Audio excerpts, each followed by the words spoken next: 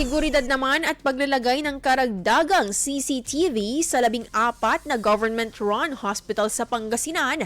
Tiniyak ka para sa detalye, nagbabalik si Idol Ron Araca. 104.7 IFM. Report! Nangako ang pamahalang palalawigan ng Pangasinan na mas paigtingin pa ngayon ang seguridad sa 14 na mga government-run hospitals sa lalawigan.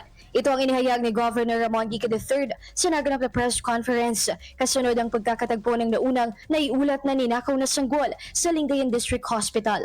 Binigyang diin ng gobernador ang pagdadagdag ng mga CCTV cameras at paigtingin umano ang monitoring upang mapanatili at mas matiyak ang kaligtasan ng mga pasyenteng nasa ospital. Samantala, patuloy pa rin ang investigasyon ng otoridad sa kasong kinasangkutan ng kumuha ng sanggol na umano'y napag-utusan lamang, habang malaking pasasalamat naman ang inihayag ng pamilya nang tuluyang nakapiling na muli ang kanilang anak.